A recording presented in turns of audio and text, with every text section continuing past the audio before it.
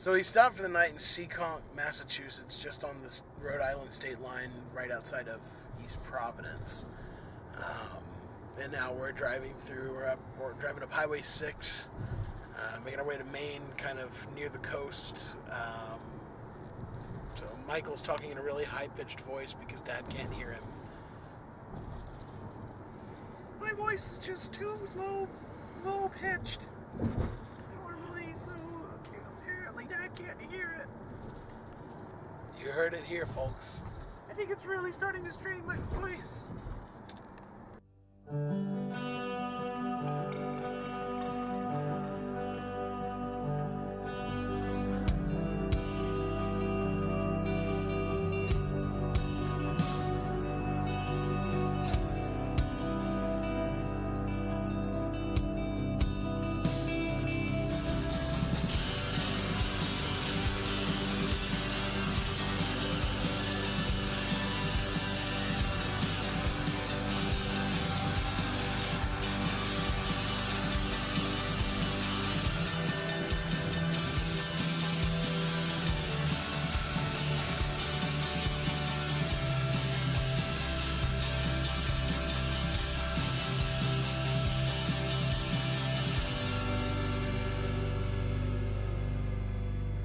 New Bedford, Massachusetts, and we're going to go to a whaling museum.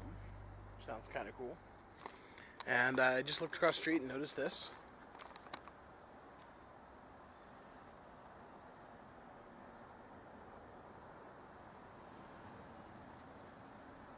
We have to go in there.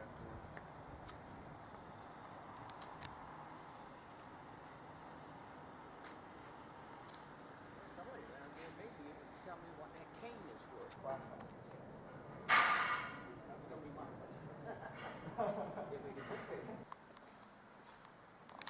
Michael just said, "Ooh, nuts," and walked over here. Captain Knots. Captain tying knots. Whenever anybody needs some knots tied, they go to him.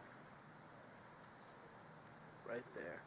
So this overhead, right there, is a giant blue whale skeleton. It's from a 4 to 6 year old male that was accidentally struck and killed by a cargo ship. And they estimate he weighed about 80,000 pounds, so about 40 tons. 80,000 pounds. Yes, 40 tons. Wow. It's a lot. You can see up there that dark stuff that's dripping down from the skeleton. That's whale oil. They have like a collection vial that it drips into over there. It's kind of gross, but really kind of cool too.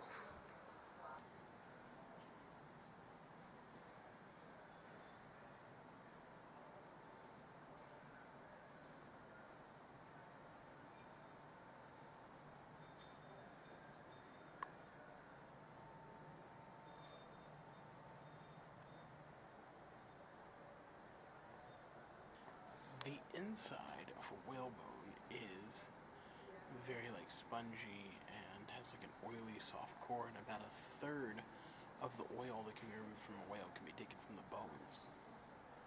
So from where I'm standing right now, I can actually smell the whale oil seeping out of the bones. It's kind of funky, but it's also really cool to know what that is.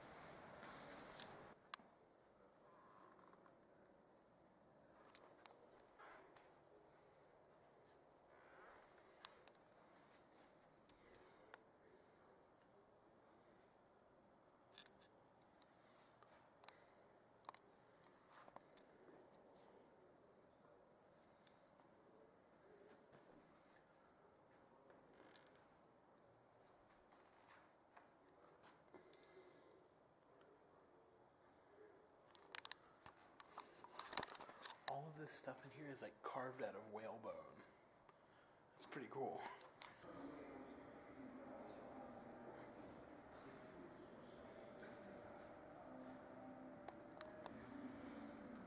Apparently this is the largest ship model in the world. So largest model ship in the world. Harpoons.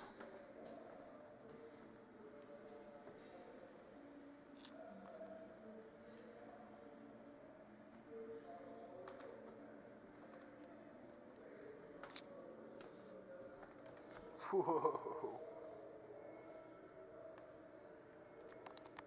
I'm about to smell some whale oil.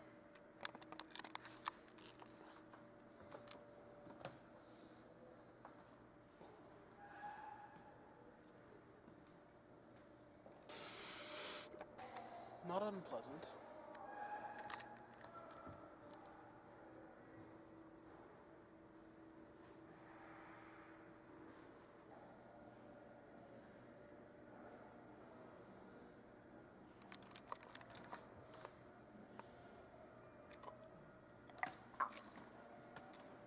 Oh, that was entirely unpleasant.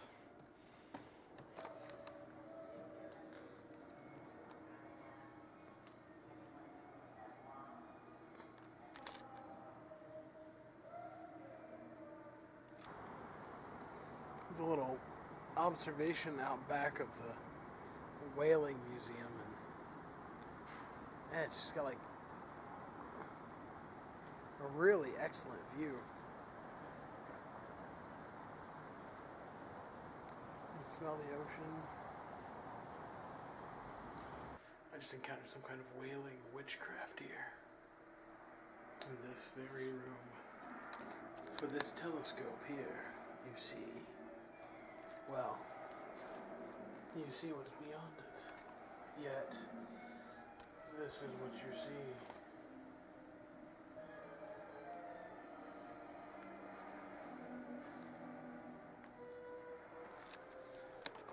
Devilry. I couldn't get it to turn on. I just put in new batteries, and I put a battery in it upside down. I'm a moron.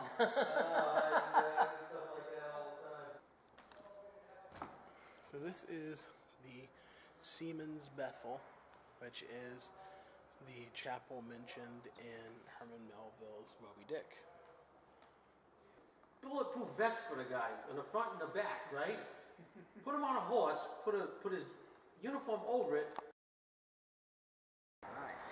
We've managed to find our way to Plymouth, Massachusetts, home of Plymouth Rock. Little background history. In 1632, when Columbus brought tobacco to the Inuits of northern Iowa, he found Plymouth Rock there, and then he brought it here. Actually, as a history major, I can tell you 100% of what he said is true. So there it is, the Mayflower. They fit everybody in America on that boat. Again, as a former history major, I can attest that that is true.